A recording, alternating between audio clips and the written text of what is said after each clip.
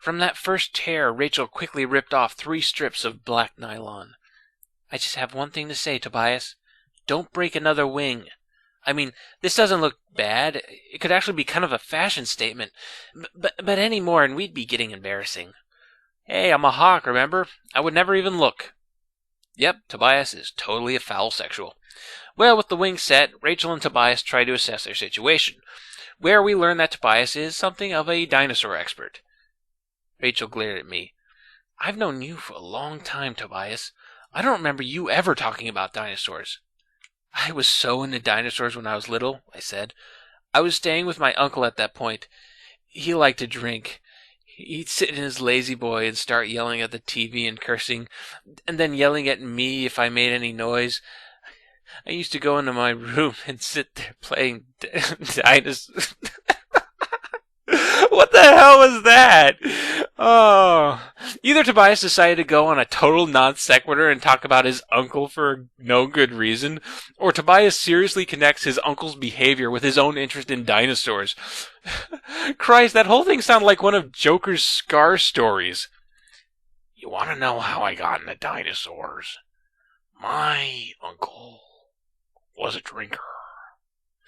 Well, this sets up Tobias as the dinosaur expert, being able to name any dinosaur they come across instantly, figuring out that they're in the Cretaceous period, and he's even able to identify prehistoric plants, all of which he memorized from playing dinosaurs when he was little.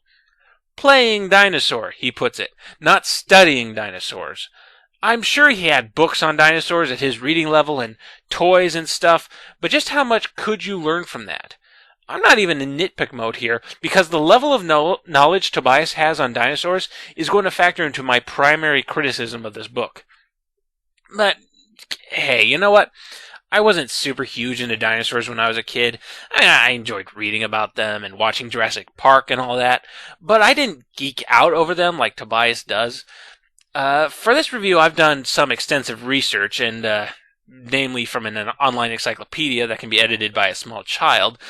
But it's very possible I'm missing details, that I'm simply not as knowledgeable on dinosaurs and how informative literature for children on dinosaurs were.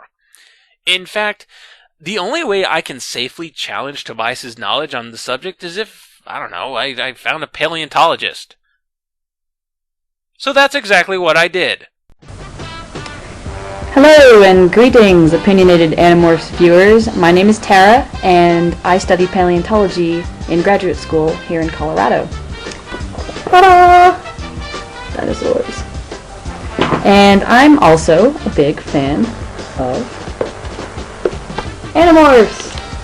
So here I am to discuss a little bit about the lovely book that Paparina is reviewing, Megamorphs, number 2.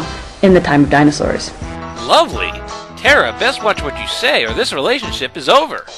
Okay, Tara, I got a question. Clearly, Tobias's knowledge of dinosaurs comes from child-level books. Just how accurate do dinosaur books aimed at children tend to be? Well, that's an excellent question, and it really depends on what book you're talking about. Now, when I was growing up, probably in the late 80s, I read a fantastic book called Dinosaur Days that kind of really got me into paleontology from a very early age. And that book was written from the perspective of sort of changing definitions of what is a dinosaur, what different names of dinosaurs are. For example, there were some out-of-date names in that book. So that book's still in print, and no one has gone back to change the names of these dinosaurs that have then had their species and genus changed to something different, which happens quite a bit in paleontology. So if you were to look at some of today's books on dinosaurs, I think probably since the early 90s there's been a huge revamping of what should go into a dinosaur book, and how do we best educate children on dinosaurs. So, as an example, I have a book here that's pretty much for all ages, but it's an excellent guide to practical geology. It's The Practical Geologist by Douglas Dixon, and it goes through pretty much the gamut of things that you need to know igneous structures. Ooh, that's good stuff. The rock cycle, and just general geological things that are important to know when you're going out into the field looking for fossils of any kind. And it's a great resource for both children and sort of lay people of any age studying dinosaurs and vertebrate paleontology. So that's an excellent resource. I also have a book here called Dinosaurs, Revised and Updated. Sorry for the glare. It's edited by Michael Brett Sermon, who is a vertebrate paleontologist, and it has some great full-color photos on things like the death of the dinosaurs. And it's just a fantastic resource with full-color photos of different kinds of dinosaurs. And this is similar to other books that I read when I was younger that really kind of went through a field guide comparison of different kinds of dinosaurs and where they were found, what their behavior might have been like, and all kinds of good stuff like that. So this is a great resource too. But in general, when you get into things like fiction books that have to do with dinosaurs, it gets a little hazy because I think a lot of writers fall into the I want to have a Stegosaurus fighting a Tyrannosaurus, and not so much, into the realm of what actually could have happened. By the way, Stegosaurus and Tyrannosaurus are separated by more time than we are separated by Tyrannosaurus. So it's over 65 million years between Stego and Tyrannosaurus. That's a long time, and they never would have met up, so it's sort of taking liberties from that perspective to gain entertainment quality. Of course, when you have things like Jurassic Park and movies that have come out, The Land Before Time, to try and kind of throw all of these extinct creatures in all at once, Ice Age is another, you get even into an even more fuzzy barrier of exactly how accurate you're portraying dinosaur-related material or fossil material in general to kids. So that's another important thing to consider is media in general, not just books. Okay, so there's some good books out there, and there's some incredibly out-of-date books still in print, and pretty much all dinosaur fiction is crap. That's the kind of knowledge that Tobias is building on. Well, okay, let's be fair. Maybe he got an accurate dinosaur education in school. Though I doubt it, since according to Jake, they haven't even covered volcanoes. So, Tara, how well are they teaching about dinosaurs in school? And that's a question that intrigues me from the perspective of my graduate studies in a museum and field studies program. So I not only conduct paleontological research, I also take part in educational activities involving school groups that come into our museum at the University of Colorado, and I think that the rate at which young people especially are learning about dinosaurs is pretty astronomical today.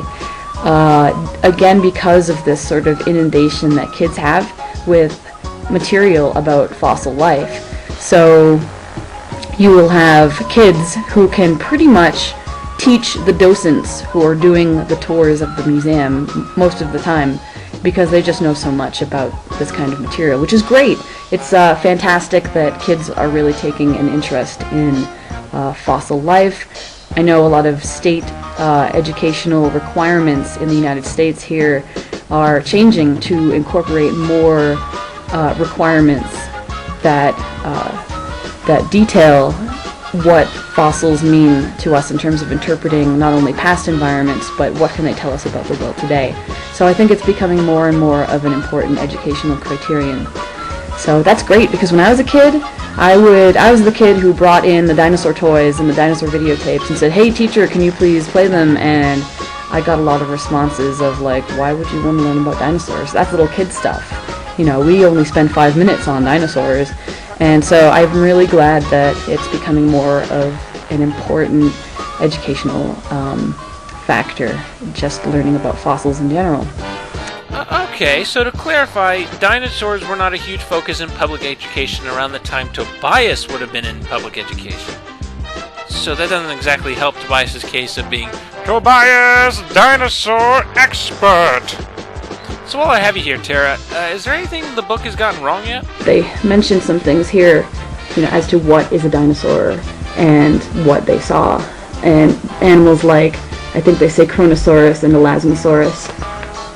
Yeah, those weren't dinosaurs. Those were actually, they're marine reptiles, pliosaurs, and plesiosaurs. So that's another important distinction that I think very many media sources, including books and TV, don't make, that just because something lived during the same time as dinosaurs or kind of looked like a fantastic extinct reptile, it wasn't necessarily a dinosaur. So that is an important distinction to make. All right, thanks a bunch, Tara. Stick around, I've got a very big question for you much later in the review. So to sum up, Tobias's knowledge of dinosaurs comes from potentially faulty books, with a public education system that doesn't give a shit about dinosaurs, and no loved ones to take him to a museum every once in a while, and he's already messed up in identifying some of the creatures they've come across. Keep all of this in mind, because it's going to play a huge role later. Meanwhile, in the future, the T-Rex, who had successfully killed a Saltosaurus, decides that, instead of eating its kill, it'll waste energy chasing a smaller and less substantial meal, namely Marco. Marco morphs Osprey while simultaneously trying to keep a tree between him and the Rex.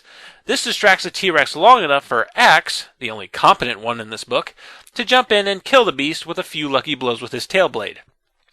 Everyone congratulates Axe for killing a goddamn Tyrannosaurus, but Axe quickly tells them that this was a lucky kill, and they shouldn't expect him to save their asses every time one of these things show up. Well, it's pretty clear to everyone now that they're in the time of dinosaurs.